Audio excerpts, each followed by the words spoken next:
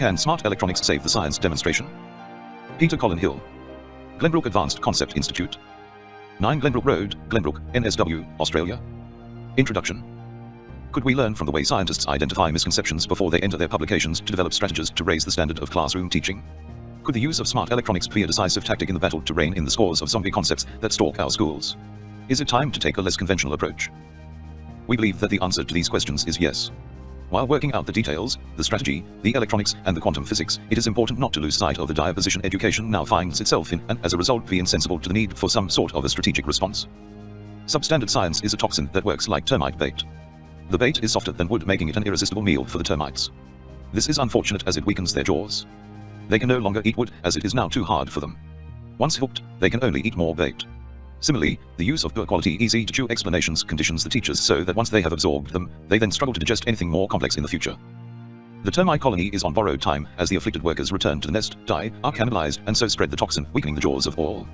At no point are the termites able to work out what is happening to them and avert their certain doom. We explore some science demonstrations operated by inexpensive Arduino-based smart electronics. This enables the devices to respond and adapt to students and to connect to the internet. This is a small step in the direction of a more routine interaction with social robots. To capture the spirit of the concept, we propose the brand identity of Scientist in the Box. The hope is if it becomes possible to orchestrate how the demonstration operates, then you can reduce the risk of inexpert explanations and increase the level of student engagement. In this paper we first frame the problem and a solution we have developed. The problem is insufficient expertise needed to accurately teach science, and our solution is to hardwire in the deficit using smart electronics. The second section considers the significance of this solution. Does it impact a genuine deficiency? Does it tackle the underlying problem? Is it affordable? The third section covers how the scientist in the box might perform in the classroom. Having covered the problem, then the feasibility of a solution, then the expanded role of smart electronics, we reach the fourth section in which we report on the specifics of 3 prototypes. Besides showing a toy duck dancing to Doctor Who music, a utility box of sensors, and a pendulum swung by invisible quantum mechanical forces, the progress toward having an expert clearly explaining what is going on can be assessed. What's the problem? How likely is it that by the year 2040 science teachers are going to have a repertoire of lessons enabled by smart electronics, housed in plastic boxes? To find out, we have built and road-tested 3 prototypes. They cover selected scenarios that might well unfold not in today's classrooms, but that of 2040. As a reasonable objective, we've assumed that future students will be more fluent in quantum mechanics than those walking around in our schools today. Whether we are developing a new teaching process or planning a novel cake for a restaurant, some of the considerations remain the same. What ingredients do we need? What do people currently consume? Customers have expectations, but what is the history that has transpired thus far, and what is it that they could be thinking to make these particular expectations so important to them? How can we craft this new solution to be the natural successor of what has gone before? If you contrast today's world with life in the age of the pharaohs, it is not hard to notice some dramatic differences. Today we take for granted aeroplanes, hospitals, and weather forecasting. These are just some of the areas for consideration, but you could think of many more. Almost any modern endeavor that you care to imagine runs on the expertise of highly skilled professionals, pilots, doctors, and meteorologists, to name but a few. They were not born with these specialist skills, but acquired capabilities later on in their lives. They undertook years of training. However, they first must benefit from a general education so they can process and assimilate the training.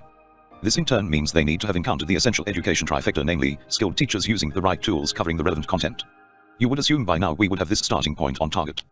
The reality falls well short of this. There are many things that you would have taught the 1920s pilots, doctors, and meteorologists that could be still applicable nowadays. This doesn't mean we don't have to modernize what we teach. There are some skills that were crucial in the 1920s that, although quite interesting, no longer remain so relevant today. For example, how do you exit a cockpit in mid-flight and walk out on the wing to fix a sputtering engine? How do you amputate infected limbs? Or what can you tell from cloud shapes? Yet observing a modern science lesson, you are struck how much of the content is pre-1920. Many things have occurred since, but fundamental change, at least in part, stems from the use of computers to interpret the flow of information streaming from electronic sensors. Perhaps, it could be argued that the teaching profession is somehow fundamentally a different endeavor from pilots, doctors, and meteorologists. Perhaps smart electronics will have a role more at the margins, but the core flow of information into a student's head will remain the same. Perhaps the best we can hope for are the age-old textbook explanations that seem obvious and concise at the cost of letting through a few seemingly harmless misconceptions. Maybe we are locked into explanations that are throttled by the teacher's limited understanding. Perhaps.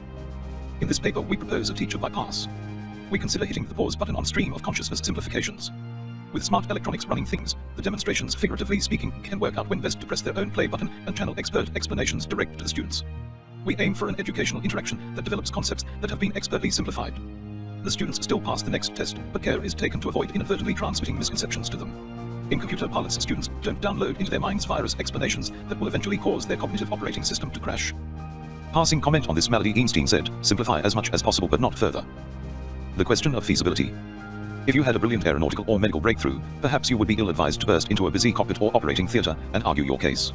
You would be told it is just not possible for us to drop what we are doing and put your idea into practice. Classroom teaching can be pictured as a cockpit crew fully engaged in navigating knowledge space or some kind of cognitive operating theater. In all these scenarios, you are watching experts following their scripts and enacting well-rehearsed procedures. You would be well advised that having understood the prospective benefits of your breakthrough to pause and observe experts at their work. What is the language and thinking that they use? What is actually happening? To conceptualize what is going on in education, you could picture it as a massive airport where none of the planes actually take off. Students are greeted as they board the aircraft. They are drilled in emergency procedures. The plane taxis for a while and then returns to the terminal. There are brochures about the holiday resort at quantum mechanics. The reality of this destination is empty streets with tumbleweeds blowing through. There have been no arrivals for quite some time now. You will find if you look deeply into education there is no one in charge. This is also true of science, but of this predicament, scientists are acutely aware. Experiments are designed to reveal the goings-on of nature. Scientific candor, peer review and an open source culture are just some of the self-regulating behaviors that welcome all to understand and all to question. It is not surprising to a scientist that you should produce prototypes to put ideas to a fair test. In science you make your case to nature for all to see. In education the good and the bad ideas sing out at the same time, competing with each other for attention. This generates a lot of background noise. Using the airport analogy, there is a large measure of being overwhelmed by the details and focusing on the departure board, then reasoning that what may be proposed does not appear to be scheduled to leave anytime soon. With no one identifiable in charge, you will encounter different groups. One group is the educational passengers known as students. It is important to get feedback from them. Some may be in the departure lounge, looking out the window watching the prototypes on the tarmac. Overheard comments are an indispensable resource to guide the coming design iterations so that, as if by magic, they increasingly seem to meet student expectations. Another group is the teachers, and their responses have been diverse. Some of their inputs are framed in terms of the current way we have been doing things. In this respect, they are not unlike taxi drivers, with their initial response to Uber, or those in traditional print responding to Facebook. The wisdom of hindsight is that technology alone is not the last word on disruptive change. What is proposed must work and be cost-effective, but there is also a key behavioral dimension to consider. The customer changes to think differently and adopts new ways of doing things. Technology is just an enabler. Initially all the focus is on the gadgets and the clever advances, but at the end of the day customers say, I can send a parcel by Uber or I can update my status on Facebook. In this case it might be I can be confident explanations that I give in class will not cause scientists to roll their eyes. The teacher's many practical questions come down to three queries. Is there a specific example where scientist in the box does something better than what we already do? Why would you want to use it? Is there going to be some hidden price catch? To pick out a key advantage gained from using this system, a student experiencing scientist in the box demonstrations will come to understand that the majority of chemical elements are more stable when they have one extra electron. The negative ion is more stable than the neutral atom for most elements. This property is called the atom's electron affinity. When students become aware of this property, they will gain a more quantum mechanical feel for the atom and the electron. Note, the prototypes described in the paper don't cover electron affinity, but what you would need to have in place to build an explanation. The alternative school view that represents electrons as dots on the blackboard is unstable. It is an equivalent situation to seeing 2D cartoon pictures of coffee tables and then going on to build them in real life with only two legs. A two-legged table is unstable. Having addressed the first gatekeeping question of is there some standout feature that we are going to see scientists in the box delivering, we come to the second question, why would you want to use this technique? As a starting point, we could say our response to our environment is guided by our senses and what we imagine once the stimulus is no longer in front of us. Our imagination allows us to run virtual simulations of our senses, and in our head rewind the tape so we take the appropriate next step. By way of explanation, you could imagine the taste of a roast dinner, and then imagine the steps leading up to that point, and use this as a blueprint or manifest for the actions required to put the roast in the baking pan and turn on the oven hours before you have arranged for your friends to arrive, having earlier shared your imaginings with them. What we are saying is that we want to move beyond this starting point of simply replaying simulations of our senses. Education hones the student's imagination via training. This process is on display when students sit written exams. Questions stimulate their imagination. What we actually assign grades for sounds rather complicated. How well does the student describe their response they imagined to a situation we ask them to develop further? What we claim as the fundamental reason for use of scientist in the box is that it manages imagination-sensitive explanations for ideas that are intelligible, but when all said and done, they are simply beyond the scope of human imagination. Such advanced ideas are the crown jewels of modern science. The scientist in the box explains, rather than obscures these treasures. Let us picture education as it reaches its high-water mark in developing students' imaginative capacity. Picture educators as pilots at the controls of some form of cockpit. Things appear normal as students sit and pass their exams, showing their imagination training is progressing well. The speed increases until there is vibration and warning lights appear. In this context, we would recommend switching on scientist in the box and traveling at higher speed rather than dropping back to a slower speed and never quite reaching our destination. As an example of an entry-level concrete activity, we may consider teaching how to bake a cake. For this, there are many direct sensory experiences that students mentally replay or imagine that guides their practice in the kitchen. They physically weigh the ingredients, mix, bake, cool, ice, and finally eat them. The next level deals with things that are not imaginable but are intelligible. How about buying the ingredients with money? Money has no weight, it is abstract. It is a social construct, a collective illusion. It has consequence, as you can go to jail if you steal it. It is teachable by association with things that you can imagine buying with it. So far, education is doing well. In the next level beyond this, we look at some of the other abstract tools used in cooking. Numbers help us to count how many eggs are required. The numbers themselves don't weigh anything, and like money, they have an agreed meaning. Unlike money, you can't steal it. Like money, numbers are abstract intelligible, but education has a link with what can be imagined. Endless hours are spent counting sheep, flowers, and blocks. When the complexity advances to algebra, we need to expand our number system to algebraic numbers. There is a special class of imaginary numbers which can give us the answer to the square root of -1. We are not helped here by this name because real numbers can be linked to what we can imagine, whereas imaginary numbers cannot be imagined. So, if real numbers can be imagined, then non-real numbers can't be imagined. Needless to say, this is a high watermark that many teachers chuckle a bit at and then avoid. It is unfortunate then that in the 1920s it was discovered that atoms described by algebra were in fact a reality of algebraic numbers. For example, atoms of the cake can now be imaged in black and white and look like fuzzy balls. These balls are the electrons. Rather than avoiding each other, they sit through each other. False color imaginary number phase can be added to a picture of a selected electron and its phase angle shown spinning through 360 degrees in slow motion. No part of an atom has any surfaces. Electrons fill the space of an atom like genies in a bottle. In fact, the trick is not imagining something which we finally understood was beyond human imagination. This was the key breakthrough of quantum mechanics, but unfortunately schools balked at this memo. So, in answer to the second question, you would want to use scientist in the box so you don't inadvertently wind up unteaching quantum mechanics. The third practical question relates to cost. Although teachers tend not to comment directly, they often know of a friend who would insist on any new idea must be free, and further it being effectively cheaper to run than a traditional demonstration that you would typically find in a cardboard box sitting on a shelf in a school storeroom. The first objection that comes to mind is there is no room at the inn. The existing demonstrations are taking up all available shelf space. Perhaps therefore the market will be restricted to new schools, although this is not the first time old product has built up in a system. Perhaps, like mobile phones or cars, some kind of trade-in arrangement might work. Then there is the observation that we haven't yet convinced some Steve Jobs or Elon Musk-like wealthy celebrity figure to appear and give their personal endorsement with a high-powered product launch. This is true, but it is also true the scientist in the box is not a consumer product, but rather a manifestation of Arduino and Raspberry Pi hobby kits that are themselves mature platforms. After the prototypes have been tested, the objective is to create a brokerage site similar to building your own computer. A single order triggers multiple supplier sub-orders. In one scenario, the parts could be choreographed to arrive at a summer vacation workshop for students to build. Ironically, scientist in the box may be thought of as paying some form of tribute to Jobs and Musk in that it uses smartphone technology, rechargeable batteries, and has a loose semblance to driverless technology in that units navigate around the education system by instructing staff to post them to the destinations they nominate on their electronic labels. Big technology does have a behind-the-scenes role to play in making this product effectively free or zero cost for schools. For this story, we have a fictional Aunt Martha who would love to choose the ideal birthday present for her relative, Sam. Her browser suggests a scientist-in-the-box gift. Sam receives an introduction kit on the day and then selects from options a project that piques their attention. It is duly shipped. There is an optional discussion board with Martha that allows her to offer encouragement or to be kept up to date on what is happening. At the outset, Martha's Facebook friends are messaged to see if they would like to join in and contribute to the purchase of the present. Years pass, and as with any gift, it sits disused in the garage. If by whatever construct Sam's school won't accept what he/she has built, the scientist-in-the-box demonstration could be shipped to another school, perhaps in another country. The transfer is arranged online, with the box updating its shipping label and reporting its location via GPS. Up until this point, the design features we describe are more or less standard. They are only novel in the education context. Electron Affinity EEA is well known, only it is overlooked by the current teaching framework. Questioning the Bohr classical atom is equivalent to pointing out to a flat earther, Platishism, that shadows appear to be longer as one approaches the poles. Measuring your shadow length in Lapland, you wouldn't announce to the world that you have discovered some kind of new phenomena. Similarly, it is far from a recent revelation that electron wave functions need complex numbers to describe them. Use of trade-in systems and Arduino kits are not new. It is more a case of it hasn't been done that way before for this situation. Teaching the Bohr atom is effectively a flat earth view of the atom.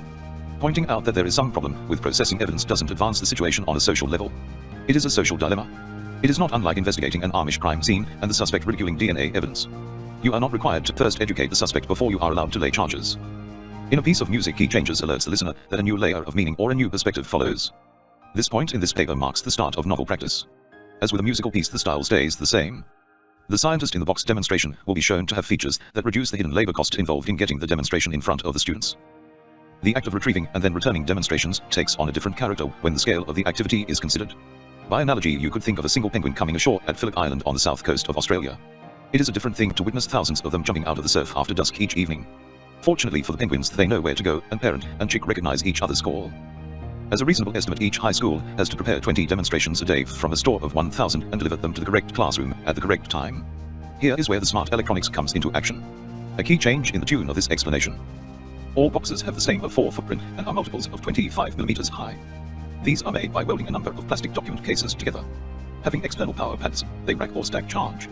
In sleep mode, they periodically report their GPS and Wi-Fi strength triangulated position as well as their charge.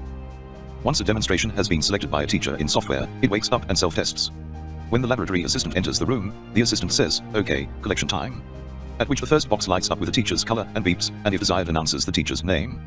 The lesson particulars are printed on the electronic label that looks like a Kindle ebook. When the first one is selected and placed on a transfer trolley, the second one lights up, and so forth. Importantly, if in the lesson the unit is found to have a piece missing or broken, then the teacher can talk into the box at the completion of the lesson to log a voice memo that then attaches an alert to the demonstration's control icon. Alternatively, if the demonstration is to be used in the next lesson at a different location, it can ask to be put outside the classroom in the last 10 minutes of the lesson. Some of the solutions described here can be compared with the equipment management systems used in healthcare. This has been steadily gathering pace for many years now. Tracking and in situ telemetry has a large impact for busy, hectic hospitals and is perhaps more of a burden for a small country hospital. The parallel education equipment system would have most impact for a senior STEM high school, but it may mean that smaller high schools could share resources and have a virtual collective science equipment store. The scientist in the box comes to class. The discussion thus far has been about the scientist in the box wrap around for traditional demonstrations that doesn't move them conceptually too far beyond the way things have always been done. Interfacing with the education sector is a bit like talking to a crazy relative who hasn't understood that you are no longer at school. You explain to them that you have been working with auditors on the due diligence required for investment in your company. Your relative is not interested in this but really wants to know if you are top of your primary school class. You are now well into your 20s. With a well-meaning smile they hand you your party hat and pull back the curtain on the party table. See, all the other professionals are sitting there wearing their hats. The well-meaning relative is in their zone. The challenge is to address the social dimension of what you are doing without challenging your relative and getting into a needless debate. To focus in on just the hardware aspect of scientist in the box alone, let's call this aspect A. Does A show something novel? Does A use an approach that is currently missing in our repertoire? Is A affordable? Is A practical to use? All these have a positive answer. No red flag has been raised. We are free to continue, but the considerations have all been restricted to A, which is only the hardware aspect. What about A operated by social system B? How does this AB system function? Let us consider a few artifact social situation systems. There is the holy relic and a gathering of pilgrims. There is a crown and loyal subjects. There is a gavel and a courtroom brought to order. There is the Melbourne Cup and the winning jockey holding it aloft. There is an upturned top hat and an expectant audience at a magic show. All these signify power, show who has the power, and have deep social buy-in and program timing in order for them to play out the scene we imagine for them. If at an archaeological dig you were to uncover a holy relic, a crown, a gavel, a Melbourne Cup, and a magician's top hat, you would picture the social situations linked with them. You might become frustrated in forming a coherent narrative and you would be tempted to throw in the shovel. The only thing that might stop you is that your students are also trying to make sense of this collection and adding to it the scientist in the box. Perhaps we should see where they are up to. The first observation is that your modern student audience can swipe between social frameworks for entertainment. Whether it is an out-of-control cockpit, a penguin invasion or an archaeological dig, they can pick up on information very quickly from chaos that would easily leave the older folk bewildered. The second observation is that the timing and controls so critical for artifacts to work in a prescribed system need to be more flexible once we loosen the constraints. The third observation is that computer gaming has changed the participation dynamic. The demonstration is seen in a game environment, with levels and insights held in software for which the gamer develops an understanding. In deference to the description of computer games, we will sketch out some gameplay. When the teacher orders the demonstration from a drop-down list of suggested items, not only does it self-test, but a red alert dot appears on the science learning icons on the students' phones and computers. They can now choose and complete a number of customized podcast tutorials that have been generated specially for them. These are read from a base text document by natural machine speech. Google WaveNet offers cloud-based conversion using code that has been generated by machine learning algorithms. It is noticeably closer to natural speech and less work to understand. Perhaps, too, we are evolving to listen to personal assistants. The student can select the pitch, gender, and accent that they find to be the most effective. They can set the pace to speed up if they are to hear the material for a second time, or slow down if they have to listen for key pieces of information. This is real-time audio rendering of a text document via WaveNet plugin. The rendering engine composes different podcasts by synthesizing selected sections from within a source text document. There are sections: Introduction, Concept Explanation 1, Question 1, Correct Answer 1, Incorrect Answer 1.1, 1.2 and 1.3, Concept Explanation 2, and so forth. This is then diced, multiple choice options randomized, and then spliced to produce a selection of podcast styles: Introduction, Lesson, General Quiz, in which the correct answer is given directly after the response, Adaptive Quiz, and Class Quiz.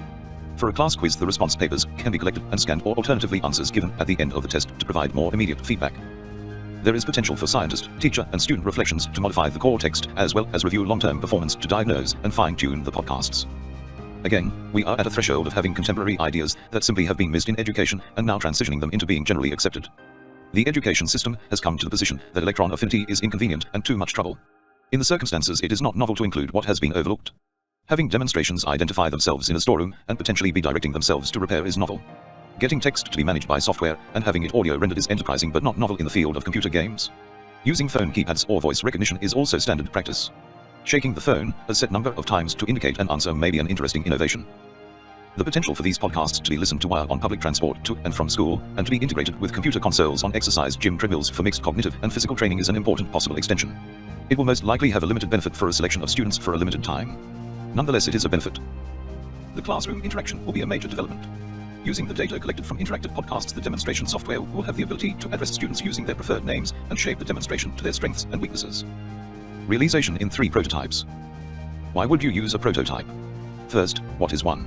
As students would do in class, let us consider what Wikipedia has to say. A prototype is an early sample, model, or release of a product built to test a concept or process. It is a term used in a variety of contexts, including semantics, design, electronics, and software programming. A prototype is generally used to evaluate a new design, and to enhance precision by system analysis and by collecting responses from users.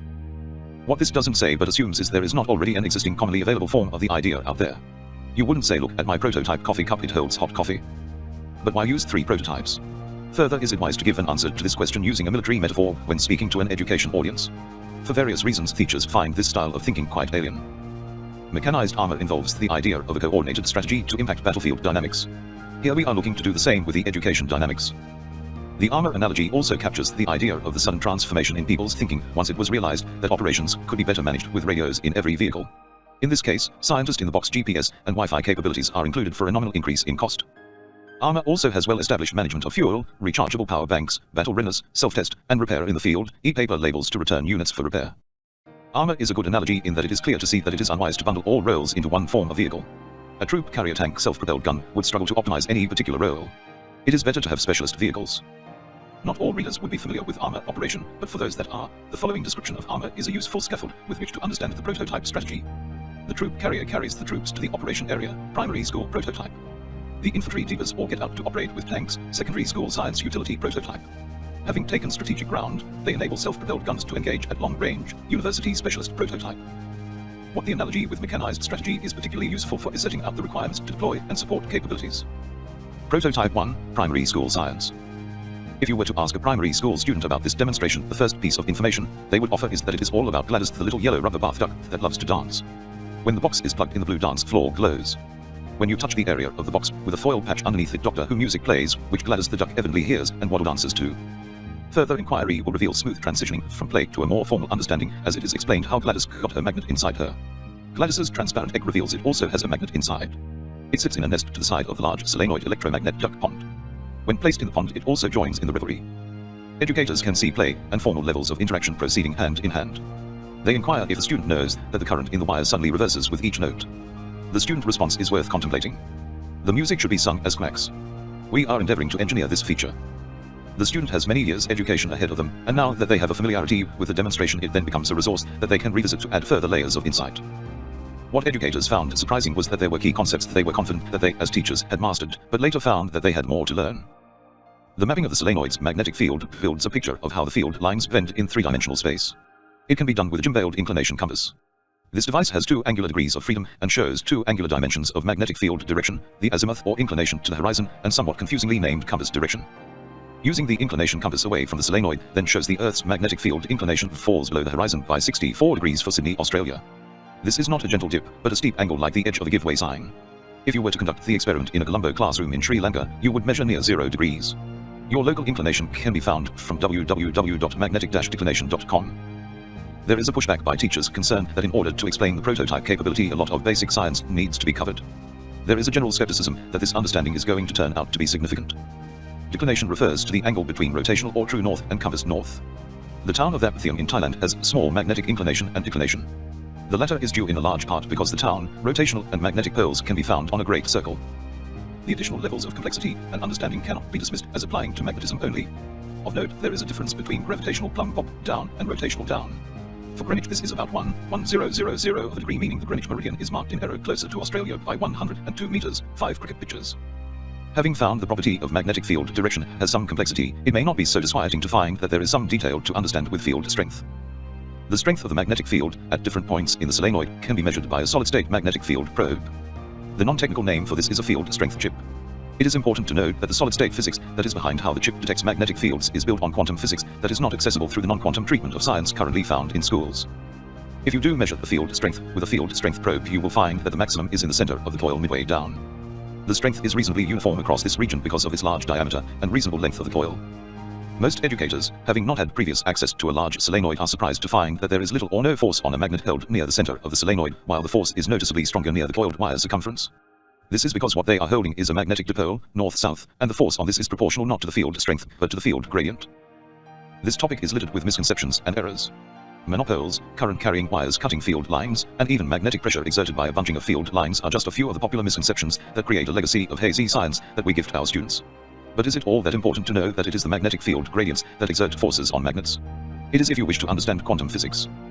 In 1922, when Otto Stern and Walther Jellach fired a beam of electrons into a steep magnetic field gradient, the beam split into two streams. Electrons had charge, but they proved they were also tiny magnets. There was nothing mechanical holding them in a certain orientation, but they were not free to spin to point north like a compass. Compasses have friction to settle the needle direction. The electrons, somewhat weirdly, were stuck either pointing along the field line drifting north or against it drifting south. Welcome to quantum physics.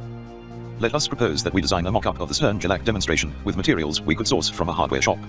We could order neodymium supermagnet spheres and use compressed air to fire a stream of them fed by a screw mechanism into a barrel. We could have a powerful system of electromagnets that switches the field, with every ball fired so that it streams out north, south, north, south. Some other contrivance could spin up these ball magnets. Would this mean we could get the Stern-Jellach experiment splitting the electrons into two beams when fired through the edge of our solenoid where there is greatest gradient and force on the magnet dipole? Perhaps questions would be asked before this point about the expense, whether it might be pushing the boundaries of a deception, and at what point it would be simpler to build the actual experiment. If such a hardware-based demonstration were built, we would diplomatically commend the intention of communication, but point out that it critically misrepresents the electron to the extent that it unteaches quantum mechanics. Firstly, electrons have no surfaces. There would be an equation for one if anyone thought they had them. Secondly, it does not have the symmetry of a ball bearing ZU3. Rather, it has ZU2 symmetry. This means it has to rotate 720 degrees rather than 360 degrees in order to look the same. It can't flip or spin as it has no parts that would show this was happening, analogous to a chalk mark on a tire. It doesn't have a smaller bit to place a mark on. It travels around as if it has a flywheel inside, but it has no parts and is not spinning. This has been described as spinning in a hidden dimension we cannot imagine. We call it a fundamental property, meaning nothing is causing it. The closest physical model you might hold in your hand that shows some of its character is a Mobius strip that has 720-degree symmetry and two twist states. A little less close is a pretzel that has a central clockwise or anti-clockwise twist of the dough. The model that gives the most accurate idea of being able to change orientation but without the pole passing through the equator is a sock. You can hang it toe down. Reach inside and pull it inside out so the toe points up. A clockwise arrow on the inside can change to an anti-clockwise arrow on the outside. The sock not actually spinning is a more accurate representation. Further detail can be added by having the small sock with a magnet in the toe hit small bells at either end of its travel. The sound wave radiating out on each spin flip represents the light photon emitted. It is not visible light but long wavelength radio and microwaves. You cannot see the light signals, but in the model, you can hear the signal. The importance of turning anything into a miniature mobile phone in a magnetic field will not be lost on the students. Mobile phones transmit through walls. In a school, students could like or dislike lessons, and their votes could be combined with their phone location to generate a 3D map revealing where the coolest or the least inspiring teaching is going on. While this situation is fictional, it fairly describes how MRI machines detect stroke areas of the brain by getting the brain to produce spin-flip radio waves that travel through the walls of the brain, the skull. As a brief note, MRI use the magnetic effects not of electrons but protons, but the ZU2 symmetry and spin flips but not in a way anyone is capable of imagining still holds true. As the name magnetic resonance imaging suggests, it detects a coordinated or resonant radio transmission or spin echo. So, after Gladys, inclination probes, intensity probes, dipole probes, we are constructing a magnetic sock to faithfully represent the quantum electron. And there is more that can be done. An induction probe coil can show flashes on LEDs when the field suddenly changes. Faraday's law of induction means that a loop of conducting wire will be effectively a battery with a voltage generated proportional to the rate of change of magnetic field, the area of the loop, and the number of coils. Hook this up to a light bulb, and this will blink with the field changes of the duck pond. It will flash with each note. This links to transcranial magnetic stimulation brain therapy that is dramatically shown when a coil of roughly the same diameter and current waveform that Gladys experiences is placed on a patient's head. It could notionally get the hapless patient to dance if not jerkily to Doctor Who. On each note, the current reverses, inducing neural activity in the brain, which is seen as a limb or facial convulsion. So, what do you think of Gladys? What level of depth and complexity do you stop and say, Gladys, that is enough? Is induction too much to teach? Maybe there is some line where you could mention induction cooktops and wireless charging but avoid mentioning putting the induction coil on your head and causing convulsions. Does a scientist's assessment of a teacher's ability to answer these questions really matter? You might think of a scientist in the same light as a bank manager who is assessing someone's suitability for a loan. The bank manager, in your opinion, is going into too much detail and appears to be overly concerned about a bit of social gambling. The manager's concern about gambling is not moral. It is more about trying to understand the thinking of the client. Social gambling looks like earning income. The activity pulling the lever on poker machine takes effort, but it's not productive work that fits well with the narrative of repaying the loan. Teaching that induction can be explained because this is the equation takes effort, but it is not understanding. Saying that a famous person discovered it, and ever since students have been getting the right answer if they used the equation, the wrong one if they didn't. This is the best you can do with school book empty space, which has its origins in Middle Ages theology of angels, and sidesteps the physical properties of nothingness. There is an electric and magnetic springiness of space that allows it to transmit light, angular momentum, and store energy. Insight into this is where Gladys and the scientist in the box are going. Prototype 2, Secondary School Science. Not everyone who sees a prototype on the laboratory benchtop and then visualizes how it will function with trained users and support infrastructure. What follows is a description with some of the functionality and modes of use sketched in.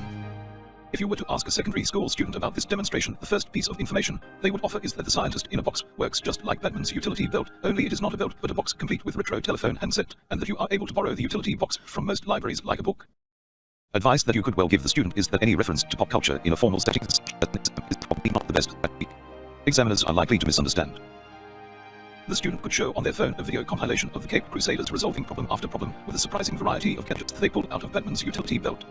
The prototype utility box has 5 solid-state and 5 thermocouple temperature sensors, a pH sensor, 2 gas pressure sensors, 3 weight scales that combine to monitor the mass of a beaker whilst on a tripod, 2 motorized precision liquid delivery syringes, and more. The sensors were selected because of economic and technical considerations. At an indicative cost of $5 each, there is significant discounts when ordered in multiples. As one is able to reconstruct the many gadgets that are found in Batman's utility belt by watching through the TV episodes and noting them down with a pencil and paper, we did a similar thing for the utility box. Instead, we went through the syllabus and many textbooks, reading through experiments and expanding the list of sensors that would handle each documented activity. A combination solution of the utility box with accessible sensors that the students handle and the Texas Instruments sensor tile with its integrated sensors covers nearly all experiments we have reviewed so far. The sensor tile is essentially a miniaturized utility box with the sensors embedded on the chip. Many of the sensors are MEMS, micro-electromechanical systems etched out of the silicon crystal of the chip. 2 such tiles would be inside the utility box, able to be taken out and placed in dynamics trolleys and the like. From a student perspective, the tiles look like wireless sensors of the box, itself battery-powered and wireless. The solid-state temperature sensors have common power and signal wires. They measure, compute, and store their temperature. On startup, the signal line sends a request for all sensor chips to identify themselves with their unique serial number. Thus, the software can ask for the temperature from any chip it nominates, all through a single data line. Thermocouples have a greater temperature range and a fast fraction of a second response time. Different types of sensors each have their particular strong points to recommend them. Hence the selection of a combination of sensors, solid-state and thermocouple. The solid-state compares temperature performance of a high and low current transistor on the chip. The thermocouple can be understood through quantum mechanics and can be thought of as a battery for which the tiny voltage can be measured. If you put a nail in a flame, electrons will move to the cooler end, making a battery. This is called the thermoelectric or Seebeck effect. A thermocouple is in fact 2 batteries with different alloys and temperature performance. We get to measure and compare the pearl end back in the box, whilst the probe end is just shorted together. This means several things. 2 wires shorted together as a sensor is quite a simple and robust device, and there is a high temperature variety that can be plunged into a Bunsen flame, revealing the flame's temperature profile. It also means that thermocouples actually only measure temperature differences. This means that you need one of the solid-state sensors telling you the temperature inside the box. Finally, you can increase the sensitivity by connecting thermocouples in series. Our tests find that about a group of 8 thermocouples is about optimum, enabling you to see 0.05 degrees Celsius increases in temperature when table salt is added to a beaker or if it is heated by stirring.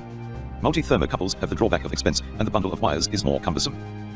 The increased sensitivity and number of probes leads to a clearer view. The situation could be likened to comparing the underwater view with the water in direct contact with your eyes and the sharper images seen when you have goggles. When heating a beaker of water, probes on the tripod, flame, bottom, top and above the beaker give a clearer, finer-grained view of what is going on. Having redundant sensors, say on each tripod leg, and sensors always running allows the story to be unpacked. A student's notes could read, at 220 seconds the flame was lit, the legs heated up slightly differently as the flame was not centered. Having different sensors concurrently measuring would show further aspects. The mass held in the beaker drops as the water evaporates. With appropriate fixtures, the pressure of the steam could be measured. The temperature dependence of the pH of aspirin would be an interesting study. The addition of automated syringes allows the acid-base titration curve to be explored. If you neutralize trivalent phosphoric acid, the graph of pH against volume of base added, the curve flattens multiple times, showing a pH buffering effect. Teachers having had exposure to standalone sensors imagine a connection of the power to each sensor and the wiring and management to get the readings out seem, at first glance, to mean a spaghetti of wires shrouding any experiment. Each sensor means more time, more to manage, and more risk, meaning the odds of a single experiment working in the room wanes. At some point between 1 and 15 experiments for a class, we cross over to the impossible. There are at maximum 4 wall power outlets per experimental setup. For this not to be the case, there must be some key differences. Plugging into the wall. The sensors are battery powered. An array of meter boxes for each sensor. All sensors sourced to the one utility box. All data is streamed to a website. Fault correction for broken sensors or poorly positioned sensors. Sensors self-test, then are on continuously streaming data once the lid is opened. Students are able to text and voice message their data and so place annotated speech bubbles on the experiments table and graph. One can imagine problems that would crop up if you suddenly gave traditionally schooled students a complex task and a complex instrument. This is the thesis of this paper. Notionally, students would have been exposed to the primary school version of this box and learned to explore and test the functionality. Some students would have had the opportunity to familiarize themselves with the unit when an older sibling brought it home for an experiment. The key enabler in boosting student confidence is the use of the unit in automated external defibrillator style mode. Here students are coached by unit voice instructions step by step. This provides for venues and modes that vary from the traditional home schooling, lunch, before or after school, or as independent activities. Another aspiration is that it becomes a globally developed platform. Different components, the teaching script for automated podcasts, the lesson instruction, the topics for investigation are all open source. All have potential to fall from popularity if they lack merit or if they do have merit gain in popularity. If they are somewhere in between, they can be refined. It is also possible to reframe experimental science starting a few steps away from the formulation of the English experimentalists with the idea of confining experiments to supporting or refuting a hypothesis. This sees the role of experiments as a quality control procedure of thought. Instead, taking a broader approach, we could say that scientific measurement is an undertaking directed towards guiding human endeavor. I measure the temperature of boiling water in an endeavor to become more knowledgeable about nature. I read the power meter for an electricity company in an endeavor to charge customers. This is less cumbersome than shoehorning every situation into a hypothesis and a clumsy exercise in inductive logic. Prototype 3, University-Level Demonstration. This third prototype occupies a conceptual space to some extent framed by the scope and design of its two predecessors. It is natural to first address the physical attributes, however its psychological presence looms high in the minds of two key stakeholders, the teachers and the students. From the teacher's perspective, there is an overwhelming sense of being hacked. You can almost hear in some ivory towers somewhere, "We've been hacked." What vulnerability have they exploited? Apparently we haven't actually understood basic science and have been intellectually shortchanging the children. How bad can it get? It is almost as if after watching us do exactly the same thing for over 100 years, they know our very next move. They are using pop culture and fake news to invent fictional characters to override our control of communication. From the student's perspective, there will be naturally a pop culture insight. Leading up to this, there has been Gladys the Duck and the utility box. The Einstein-de-Haas pendulum surely has a pop culture alias, so students can mentally bookmark this concept for future reference as the dynamics of the universe in which it exists is constructed. Here the term universe is used in a popular culture context like Pokemon, DC, and Marvel universes. Part of the unwritten grammar of pop culture is that key gadgets and characters have their features, but importantly these features play a defining role in the unfolding narrative. Gladys might be seen as a member of a subversive cadre of ducks. Students will know got any grapes. Batman's utility belt is not just about gadgets. It is about the creative contract between the series writers and audience that says note this now, as it will play a key role in a coming plot twist. On a practical level, this means reverse engineering a science lesson to provoke a crisis. This involves a clinical assessment of something obvious, profound and outside the net of concepts currently in play. It required months of garage development. And lo, a quantum pendulum, now off the shelf. The crisis unfolds at the end of semester when the science teacher fields these questions. Would an object made of ceramic so it couldn't conduct rock about the axis of a magnetic field passing through it? Can a light beam carry a twisting force in it? What do you think of those people who say we live in a double image of two universes, but you have to know where to look to see the evidence of this? On hearing these questions, our notional teacher could have a number of responses, each of which would lead the students in different directions. We have tried to capture as many variations as possible. All permutations have to respond to the situation after the holidays, when the student walks into the class with an Einstein-de-Haas pendulum they have ordered online and then assembled.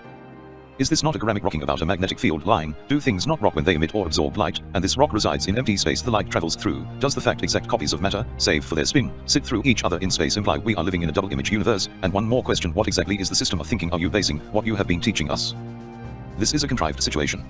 Rather than arising from chance, the limited scope of teaching was considered and provided research objectives to move beyond these limits. Was it possible to systematically resolve technical issues so to place a demonstration of quantum mechanics in the hands of students? One that sounds the alarm on the half-mock science taught. A condensed account of those issues will be given as they are the key that was found that unlocks this demonstration that then unlocks the intellectual future of students. But first we need to sketch our path through pop culture, so when we have got the system ready, we have a committed audience. The quantum pendulum, one that comes from the hands of Einstein and his trusty Dutch officer editor, as has the comic book mystique of say Captain America and his World War II call to action. It has elements of being a key gadget like the flux capacitor of Back to the Future. Indeed, the magnetic field flux reverses. While the proton torpedoes of Star Wars are beyond scrutiny of earthbound scientists by being in the galaxy far, far away are just as problematic as most concept structures, they are a gadget highly valued by the rebels and Empire alike. Luke fires them to destroy the Death Star. There is formidable opposition. Luke has to fly into the heart of the Death Star with his gadget. He has the Force, but not let's forget the relationship with his droid, R2-D2. Being aware of the sense of drama, it should be owned that the laboratory in which the quantum pendulum was built was no stage set, much closer to the down pilot carrying out repairs with screwdrivers and something hard to identify but obviously electronic. Not working. Why is that? The pendulum designed to spin also bounces and sways. Thought bubble, I must control this pendulum, the future of all students depends on it. Cut to some image of a child playing with a 2-string color wheel. Fix the pendulum top and bottom, make the wire light, taut but bringing the weight into a home position. Time passes as calendar dates fall, revealing 2 months pass as concept prototype gives way to research prototype, and finally production prototype where the dials are turned up to danger and the apparatus blows up. Finally, I have it. In 1917 Einstein and De has used iron and an oscillation period of 10 seconds. A combination of using ferrite, a magnetic ceramic type used discovered in 1950, and the double torsion suspension increased the oscillation rate 300-fold, miniaturized it and exploited solid-state electronics to provide timing control to 1/millionth of a second. This was all routinely developed through the prototyping process. Each time the field is reversed down the axis of the ferrite cylinder, the electrons flip their spin and give the pendulum a kick. The process is similar to swinging to higher heights on a children's playground swing, where it is your legs providing the push rather than in the case of the ferrite the electrons giving an angular kick. As with the playground swing, your eventual height or angle you swing through is governed by the frictional loss of the hinge couplings. For the model, these have been designed by selection of material of the wire and the attachment to be low loss. This enables a small push to build up to a large angle swing, but this means it has to tune to a narrow frequency range. The swing is shown by a laser that hits a mirror on the pendulum and exits the clear roof of the box. This leads to a single laser dot on the ceiling. The frequency is displayed, and as it sweeps through resonance, the dot grows to a maximum line and then reduces. Trials with students and lecturers guide the addition of frequency sweep controls and the ability to choose between materials, glass, copper, and ferrite. This development was felt to enable the student to test and take control. Conclusion. The education system is stuck using out-of-date material is hardly news. Few look up from what they are doing. They might perceive some remote disquiet, and without wanting to appear being rude would prefer not to be disturbed. This lack of response sets up the problem. If we are going to find a way forward, it's not going to be with these guys. Science had to help out. We had to build demonstrations of the very science that was being brushed aside. Electronics had to help out. If teachers were not going to step up to the plate, we had to get students to build their own social robots that could. Popular culture had to help out. If moving the students to the culture was too hard, we had to look at a culture that would be acceptable to the students. The science we understood, the electronics we had to learn, while the pop culture aspect was a perspective that was introduced by the testers, so would be remiss of us not to mention. Further, we picked up on conjectures that gave a perspective on what people had surmised was going on. The first conjecture is that the Bohr atom phenomenon was a pop culture universe that had gone mainstream. It is a 2-dimensional cartoon drawing which has unphysical properties laid out in the Bohr postulates, but nonetheless break laws of physics like the best of the fantastic fictional truths of other pop universes. Purists would object to the following, seeing this caricature as cherry picking. Bohr was funded by a beer company that pumped free beer into his home when he won the Nobel Prize. He and his staff at some time carried toy cap guns to have shootouts, part of an experiment. He was certainly colorful, and his story is intriguing. He also burdened us with a liquid drop nucleus, which is really the universal picture we have of the nucleus as a cluster of spherical neutrons and protons. Unfortunately, it too has no connection with reality, only as a graphic comic shorthand. The willingness to believe in the Bohr atom and general evasive behavior when questioning the practice of teaching it is seen as being no different from a hardcore, fanatical fan of a pop culture. This is hard to prove, but it is true the system of knowledge is based on unphysical articles of faith or postulates. The next development from this is that the belief structure is associated with some narrowing of thoughts. Obviously, not opening up explanations to critical analysis or exploring how quantum mechanics would account for some phenomena is effectively some degree of narrowing. Also, the idea that all experimental measurements are done with a hypothesis in mind is a narrow perspective, leaving students in some difficulty plainly explaining the use of scientific equipment just to detect things that you are less able than with your senses alone. Given this, is it not possible that there may be a too narrow understanding of conclusion? The idea of disproving a hypothesis, although a much quoted idea, is narrow. The idea of a judge's conclusion, deeming the significance of evidence and determining a consequence, is what many expect from conclusions. In this case, we are urged to get our evidence before decision makers in the education department and argue our case in a hearing. A scientific conclusion is best portrayed as a disinterested situation assessment that would fully inform other scientists so that they can be in a position to take the work further. Obscuring understanding and bias ultimately wastes time and burns up professional goodwill. As such, you present a matrix of evidence and plausible conclusions. It is open-ended in that you are invited to find more evidence or alternate conclusions that would advance the field. Communication is skewed to support this process, often at the expense of general interest readership. The conclusion that is appropriate here is a strategic one. It frames the scenario, nominates behaviors and motivations, and proposes a course of action. Teachers of old didn't know how to teach quantum mechanics and pressed in a Bohr pop science substitute instead. We have developed systems that not only show but explain quantum mechanics. Crowd-sourced demonstrations, open-source software development, new and marginal markets will provide the conditions for early adopters to introduce these innovations. Then they might take hold.